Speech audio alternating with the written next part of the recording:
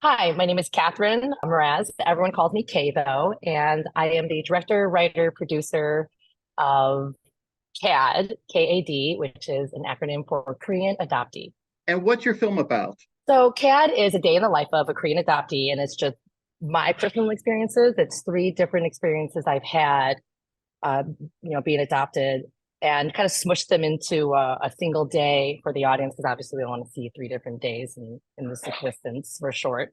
But yeah, it's just what I think my experiences are. I don't want to speak for other Korean adoptees out there, but more so for my personal experiences. So these are actual experiences that you had. Yeah, these are three different incidences that have happened to me. So absolutely, they're true to life. I smushed them into one existence. And, at the end of the film, you get this reveal that she's actually a Korean adoptee. And it brings an extra level of ick when race is involved in these situations. Because at first they just seem uncomfortable, a little kind of silly. And then you're like, oh, wow, this is actually a little bit of a deeper situation for this individual. People's assumptions of a character that oh, you look this way, so we're assuming this of you. Yes, very much so. Very much so. Which again, I think it's not just for Korean adoptees. I tell people this all the time. It's for, people that might not feel like they're quite connected to the culture that they were supposed to be raised in. I have an Hispanic friend that doesn't speak Spanish. And she said, oh, I've related to the scene where she was, someone speaking Korean to her and she didn't know what to say back. It happens to her all the time wherever she goes. So it's for a lot of people. It's for women that have had an uncomfortable situation with a group of men that have approached them on the street, or someone that's walked into a bookstore and had someone assume something just because of the way they look. Yeah, Absolutely. It's kind of yeah. for a lot of different varieties of people. You cover so much of the social assumptions of people with this too. The cultural, the sort of misogyny, stereotype of Asian women towards some men. And it's just you kind of cover the bases there within this brief film, 7, 10 minutes, 6 minutes. Yeah, it's like 6 minutes. 6 minutes. It's like seven with the credits or something. And there's a lot of people that were involved. Very proud of my cast and my crew involved. So yeah, it's a long credit list with amazing music. Let's talk about yourself here. You've been in the entertainment industry for over 25 years, working on both sides of the camera as a filmmaker, actress, model, and photographer and writer. You're in the film briefly at the end. Do you generally like to work on things as a director with you as an actress, or do you prefer? Yeah. Oh, Yeah, that's okay. kind of one of my things. I actually wanted to just be an actress growing up, and I thought the perfect thing for me would be actress, writer, producer. I'd write something, I'd help fund it, and I'd take a good role in it. I really early discovered people don't just hand out roles to people, and being an Mm-hmm. Asian and a woman, there's a lot less lead roles, especially in the 90s. I'm 38 now, so it's been a long time coming for Asian people in lead roles, and Asian Americans making films about Asian Americans, which is not quite what I make, but I commend that because it opens the door for people like myself. For we may be able to take lead roles that I don't have to write myself or produce myself or direct myself.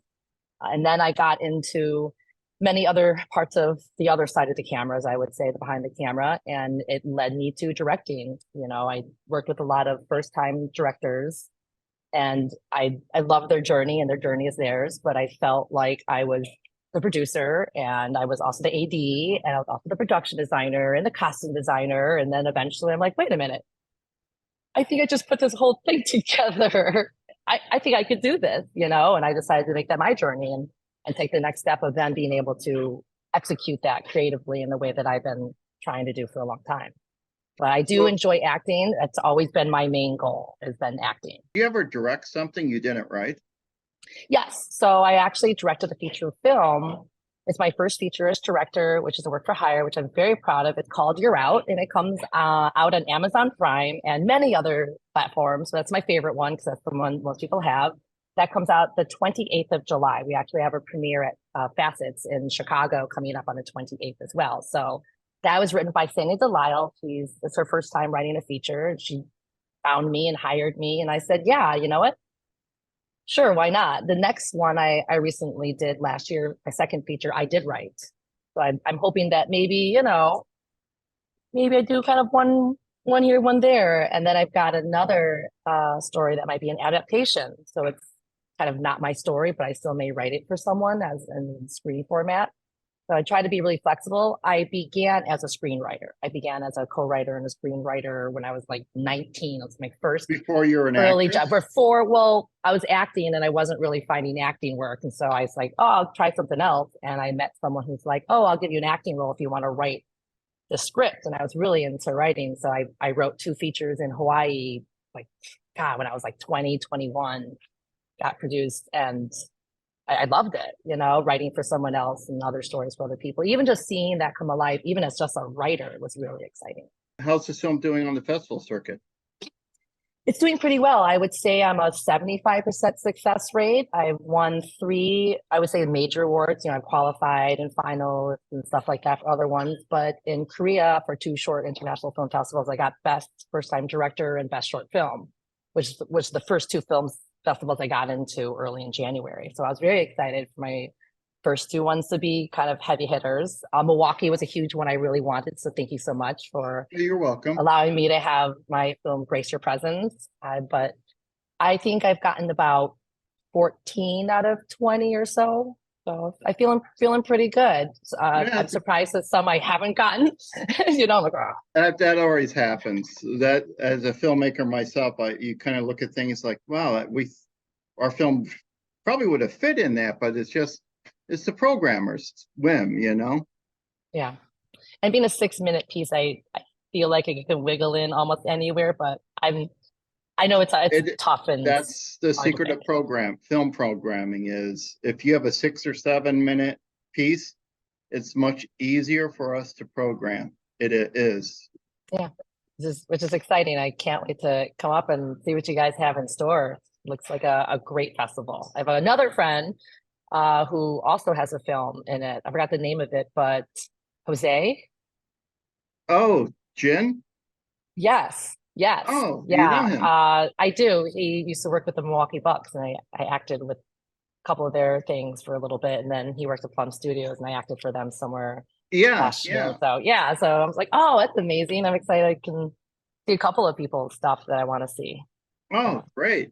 So what are you doing next? You said you have a film that's premiering on Amazon. What's next after that? So we have the second feature, which is called Schizo Love. It touches a little bit on thriller meets romance meets mental health, because I think it's an important topic to throw out there in the media more.